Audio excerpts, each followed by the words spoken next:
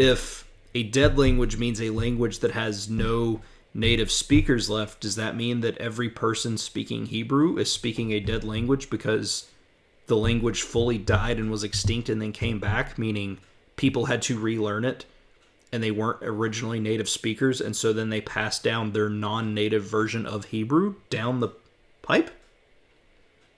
Am I looking too far into this? What's going on, everybody? Welcome to another video. So today I just wanted to do something fun for the channel. I'm still doing my Spanish and stuff like that, but I like to do just some stuff off the beaten path, so to speak. So I want to test your knowledge. I've literally just went to Google and I searched language quiz or something like that. I was going to try to find one of those, like, what language is this? Can you recognize it by the script? And then I saw that Babbel apparently this is Babbel magazine, which I didn't even know was a thing. But test your knowledge of the world of words with our ultimate language quiz. Let's give it a shot and see what's going on. How much do you know about the world of languages? Oh, that's not the question, sorry. How many languages are there in the world? Around 7,000. I think there's like 6,800. It's hard to get an exact count, but estimates say there are around 7,000 languages in the world, though the number is decreasing fast. Yeah, very true. I don't like that. What language has the most speakers, including both native and non-native? Mandarin Chinese? No, English. English is the most with 1.132 billion? Wow. Definitely thought Mandarin was the highest. Like, even with, like, native and... Interesting. So, alright. I am an idiot so far. What language has the most native speakers? Mandarin Chinese. Mandarin has the most native speakers with 917... Wow, so there's only... What? So English has 379 million speakers, and there's 1.13 billion who can speak English, yet Mandarin is 917 million native and only 1.17. That's interesting. I mean, I know that a lot of people speak English, like, and learn English. It's just interesting to see. Which of these factors can contribute to whether something is considered a language or a dialect? Politics, mutual intelligibility, historical status, all of the above. I feel like this is a trick question. I feel like I want to say all of the above. Okay. That's what I was thinking, because mutual intelligibility I knew was one, but I also thought that historical status, based on kind of like where the language and stuff was, I thought could play a part in that. So that's why I went with all of the above. The boundary between language and dialect is very blurry, so any number of factors can contribute to something being considered. Okay, there's not really any answer there. Which of these languages use the Latin alphabet? Thai, Indonesian, Japanese, or Ukrainian?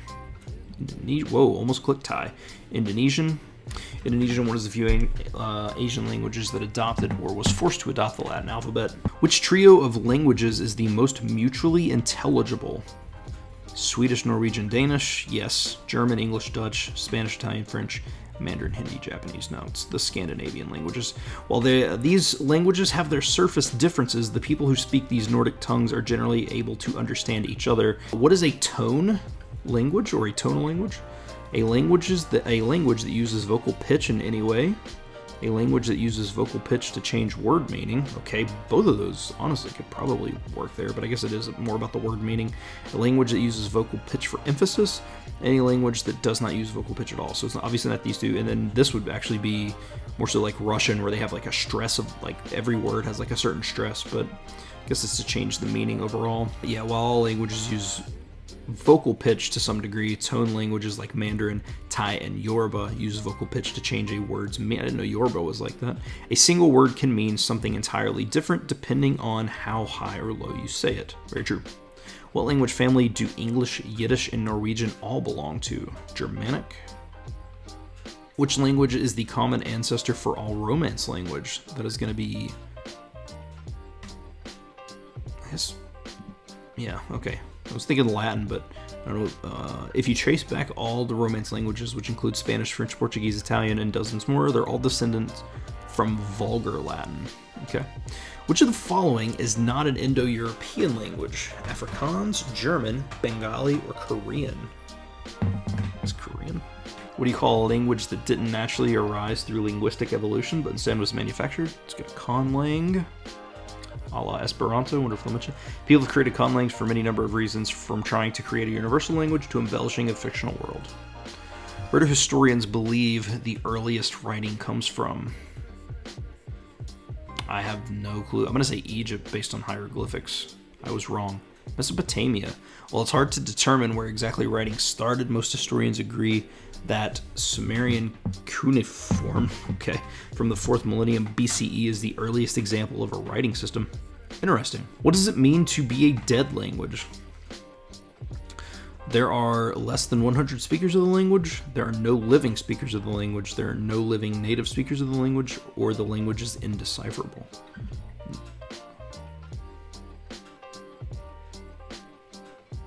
A dead language in any language with no living native speakers, and an extinct language is any language with no speakers at all.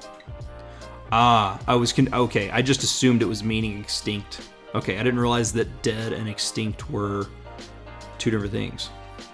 So by hypothetical...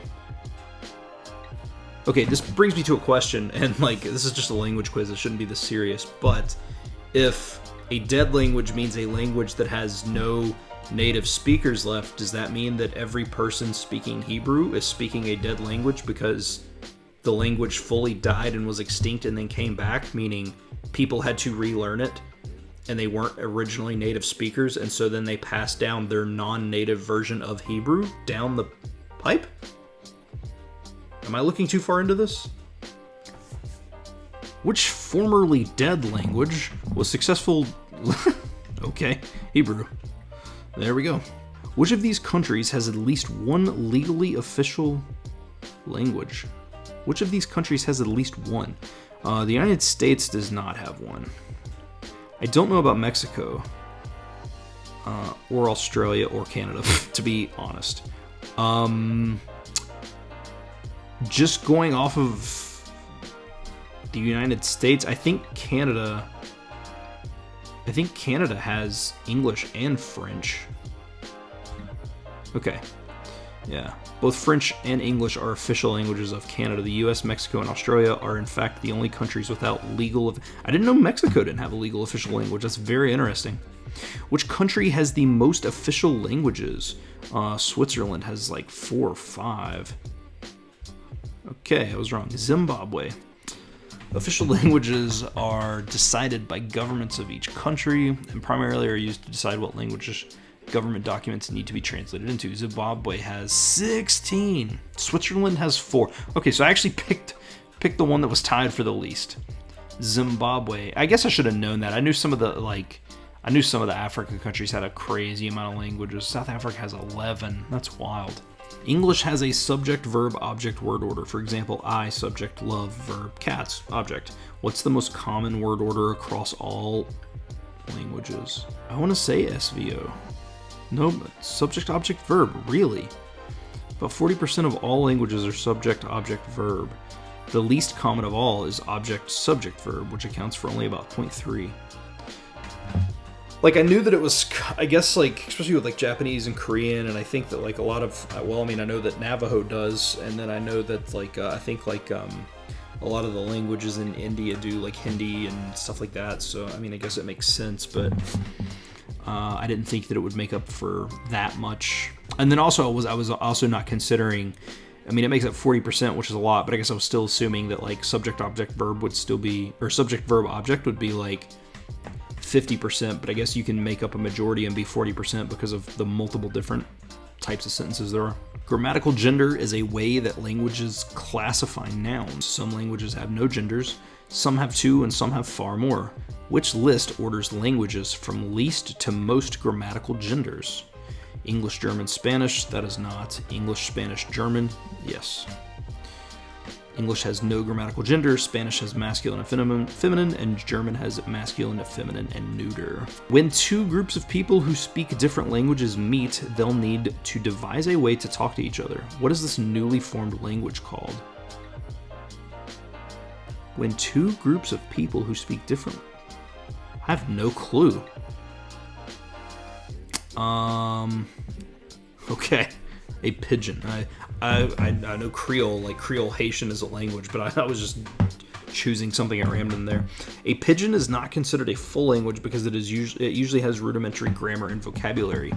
If the pidgin evolves and gets passed down to a new generation, it becomes a Creole, which is considered a full language. Interesting. That is very crazy. Which conlang or constructed language has the most speakers? Esperanto. Followed probably, while estimates vary widely between 63,000 and 2 million, Esperanto undoubtedly has, the most for conlang. I got 14 of 20. Looks like you're on a way to becoming an expert of the world of languages. You can explore way more about languages by checking out our articles. Thanks, Babbel. Okay. Interesting quiz. So, I don't know, just thought I'd do something fun. Let me know what you guys think down below. I do want to do some more of this stuff. Also, I am going to try to do some of those, like, guess the script or stuff like that, just while I'm doing stuff. So anyway, that is the video. I just wanted to do something like that. And yeah, thanks for watching. I hope you enjoyed it. I will see you guys in the next video.